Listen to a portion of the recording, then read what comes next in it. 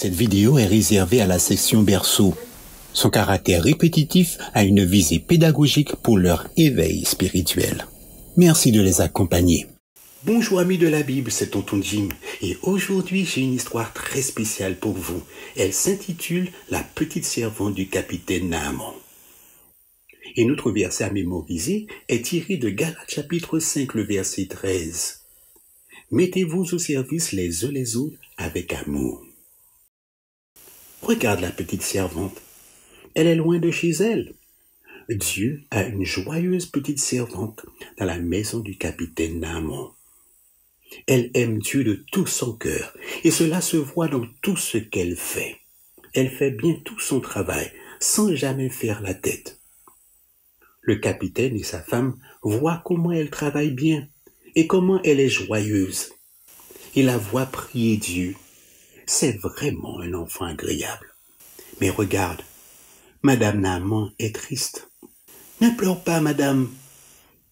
Dieu t'aidera, mais elle ne peut s'empêcher de pleurer. Mon mari est très malade, il a la lèpre, il a de grosses plaies sur la peau. Il devra s'en aller loin de nous. Oh. Ne sois pas triste, capitaine Naaman, dit la petite fille. Souris, madame. Tout n'est pas fini. Je vais vous aider. Va en Israël, va voir le prophète Élisée, dit la petite servante. Le prophète peut guérir le capitaine. Le vois-tu? Capitaine Naaman est un soldat.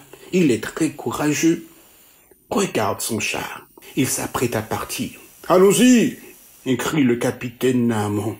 Au revoir, puisse ton prophète me guérir, petite servante. Et il part à la recherche du prophète Élisée, jusqu'à ce qu'il le trouve. J'ai confiance. Dieu peut te guérir, capitaine Naaman, dit le serviteur d'Élisée. Dieu peut rendre ta peau saine. Va te laver dans le Jourdain. Plonge dans l'eau 7 fois et tu seras guéri. Capitaine Naaman se rend donc dans les eaux boueuses du Jourdain. Une grande rivière. Regarde le capitaine Naaman dans l'eau. L'eau est boueuse. On peut à peine voir le fond de la rivière. Regarde les plaies sur sa peau. Alors le capitaine Naaman plonge dans l'eau 1 fois,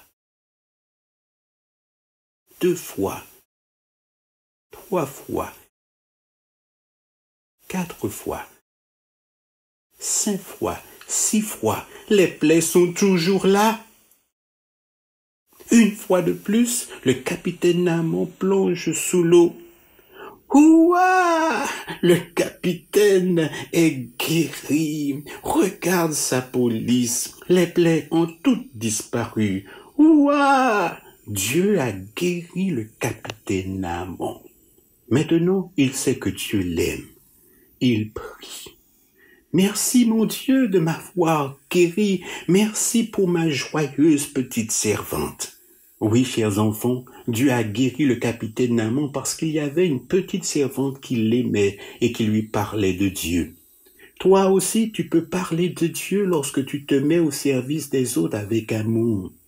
Alors, chante avec moi notre verset à mémoriser. Mettez-vous au service les uns les autres avec amour. Mettez-vous au service les uns les autres avec amour. Les uns les autres avec amour. Prions. Tendre Père Céleste, bien que je sois petit, je peux servir avec amour. Aide-moi à toujours servir les autres avec joie et leur montrer que je les aime. Au nom de Jésus. Amen. Rappelle-toi, bien que tu sois petit, tu peux partager avec les autres l'amour de Dieu en te montrant toujours gentil.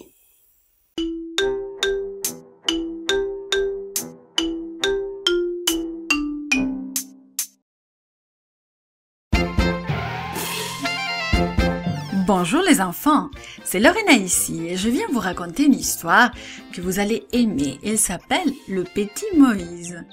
Notre verset à mémoriser est tout court cette fois-ci et il dit comme ça: Tu es mon abri. Il se trouve dans le psaume 32, 7. Aujourd'hui, nous nous rappelons que nous adorons Dieu lorsque nous le remercions. Sais-tu que des anges protecteurs veillent sur toi en tout temps? Tu sais, bébé Moïse avait des anges pour le protéger. Voyons cette histoire.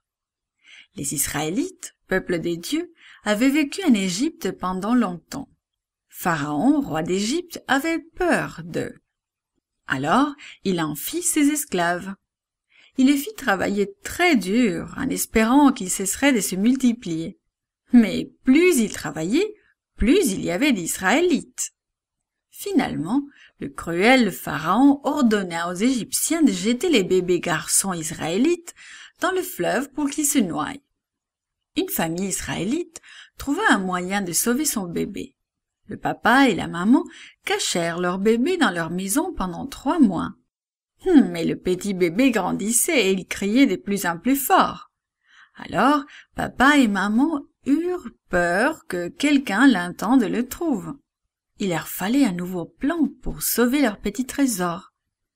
La maman du bébé prit des roseaux au bord du fleuve et s'en servit pour tisser un panier. Elle recouvrit soigneusement le panier de goudron pour le rendre imperméable. Puis, elle coucha son bébé dans le panier et mit ensuite un couvercle dessus. Elle priait en apportant le panier au fleuve. Elle le cacha dans des joncs qui poussaient dans l'eau près du rivage. La sœur du bébé, Myriam, jouait non loin de là pour veiller sur le panier. Dieu envoya ses anges pour veiller sur le petit bébé.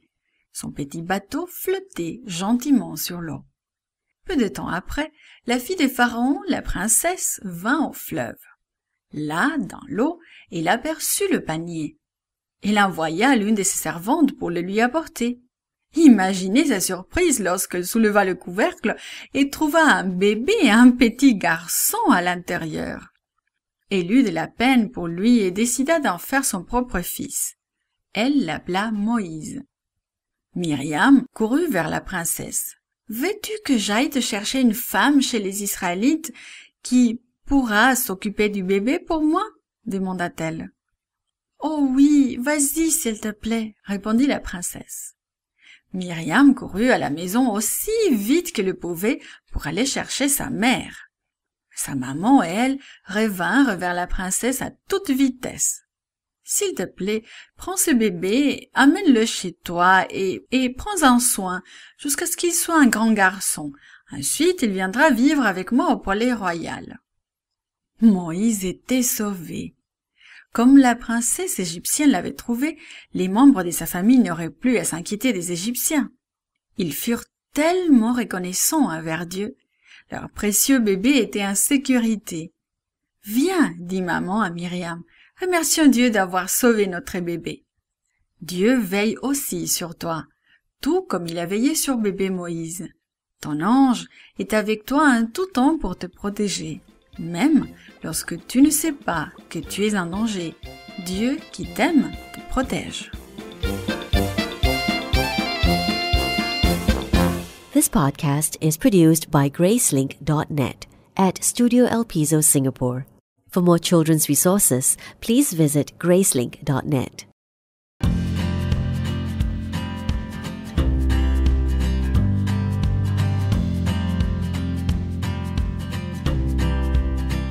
Bonjour, c'est Virginie. La leçon d'aujourd'hui a pour titre « Sauver ».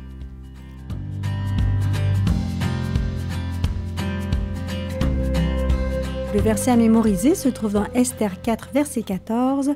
Et qui sait, c'est peut-être pour une situation comme celle-ci que tu es devenue reine.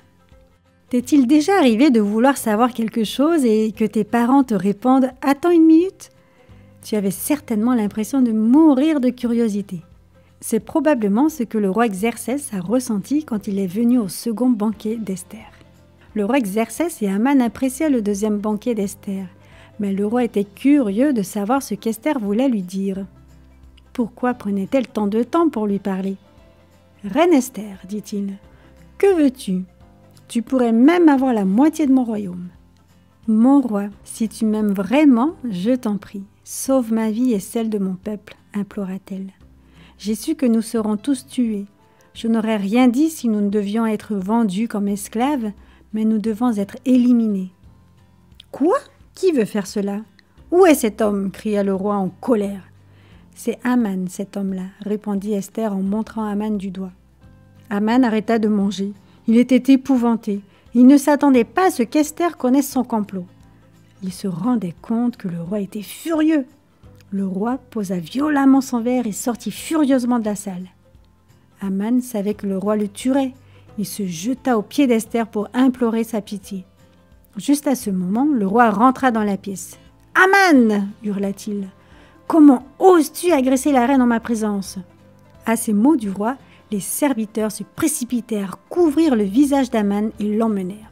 Un des serviteurs du roi, Harbona, dit au roi « Haman a construit une potence dans sa cour pour y pendre Mardochée, l'homme qui t'a averti du complot de ceux qui voulaient te tuer. »« Qu'on y pende Haman » ordonna le roi. Le roi Xerxès donna alors à Esther tout ce qui appartenait à Haman. Esther expliqua au roi que Mardochée était son cousin et qu'il l'avait élevé. Le roi envoya chercher Mardochée. Il lui donna l'anneau qu'il avait repris à Haman. Cet anneau représentait le pouvoir que le roi confiait à Mardochée. Il devenait ainsi assistant du roi. Esther n'avait pas encore terminé son œuvre.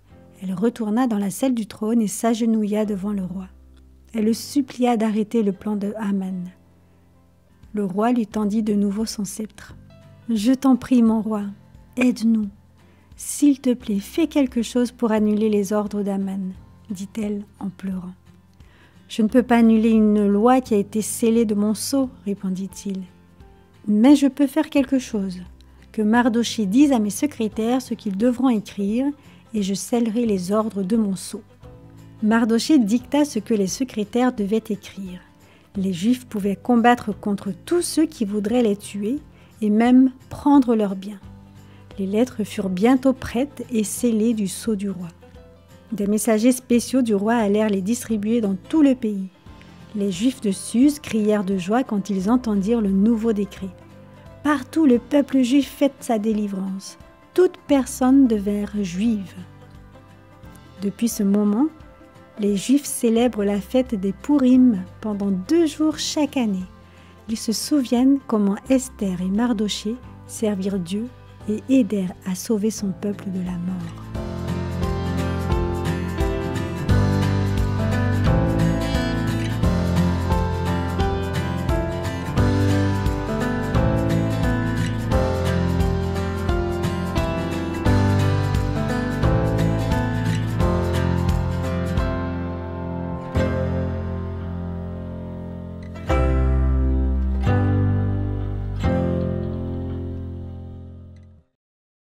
Hello, je suis contente de te retrouver pour une nouvelle étude qui a pour titre « Des espions au service de Dieu ». J'ai des questions pour toi.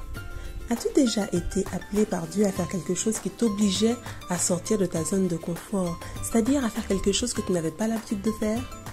Peut-être était-ce une petite chose, mais qui exigeait quand même un certain courage de ta part. Imagine qu'on te demande d'être un espion ou d'être une espionne. Ouvrons nos Bibles et découvrons comment Dieu a permis au peuple d'envoyer des espions dans la contrée voisine. 11 jours après avoir quitté la montagne d'Horeb, les Hébreux campèrent à Kadès, dans le désert de Paran, aux confins de la terre promise. Le peuple proposa d'envoyer des espions pour explorer le pays. L'Éternel, consulté par Moïse, y consentit, à condition de choisir un des principaux de chaque tribu. Les 12 hommes désignés furent chargés par Moïse d'aller visiter la contrée et d'en étudier la situation et les avantages naturels. Il leur recommanda d'examiner si ceux qui y habitaient étaient forts ou faibles, braves et nombreux, et si le sol en était fertile, sans oublier d'en apporter des produits. Les espions partirent et parcoururent tout le pays. Au bout de 40 jours, ils étaient de retour. Plein d'espoir, le peuple les attendait avec une impatience mal contenue. La nouvelle de leur retour, portée de tribu en tribu, fut saluée par des cris de joie et on accourut précipitamment à leur rencontre. Ceux-ci, qui avaient échappé à de grands dangers, présentèrent, entre autres échantillons de la fertilité du sol, une grappe de raisin d'une dimension telle qu'elle avait dû être portée par 2 hommes. Ils avaient aussi avec eux des figues et des grenades dont le pays abondait. Heureux à la perspective d'entrer en possession d'un pays si fertile, Le peuple écouta avec le plus vif intérêt et de façon à n'en perdre une parole le rapport qui fut présenté à Moïse. Nous sommes allés dans le pays où tu nous avais envoyés comme un seul les espions. C'est vraiment un pays où coule le lait et le miel, et en voici les fruits. L'enthousiasme était à son comble. Le peuple était prêt à obéir à la voix de l'Éternel et à prendre possession du pays promis. Mais, après avoir décrit la beauté et la fertilité, tous les espions, sauf 2, se mirent à exagérer les difficultés et les dangers de l'entreprise. Ils énumérèrent les nations puissantes qui l'occupaient. Ils déclarèrent que les villes étaient très grandes et entourées de murailles, que ceux qui les occupaient étaient puissants et que ne pouvaient en faire la conquête. Ils y avaient même vu des géants, fils d'Anak. La scène changea. Aussi les murmures éclatèrent-ils de nouveau. Le verset à mémoriser tiré de Nombres 13, verset 30, nous fait savoir que Caleb fit taire le peuple, qui murmurait contre Moïse. Il dit « Montons et nous prendrons possession du pays, car nous en serons vainqueurs. » Mon ami, Dieu peut nous demander de prendre des risques. Toutefois, il désire que nous lui fassions confiance, tandis que nous servons les autres.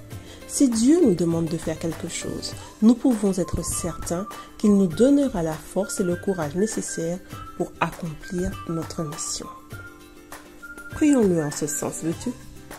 Tendre Père, nous te louons, nous te bénissons. Nous te remercions pour tes nombreux bienfaits, Seigneur. Nous te demandons de nous donner le discernement pour que lorsque tu nous demandes de prendre un risque, de sortir de notre zone de confort de ce que nous avons l'habitude de faire, que nous puissions le faire avec courage et persévérance. Nous te déposons tout à tes pieds. Nous t'avons prié au nom de ton Fils Jésus pour ta gloire. Amen. À bientôt, cher ami.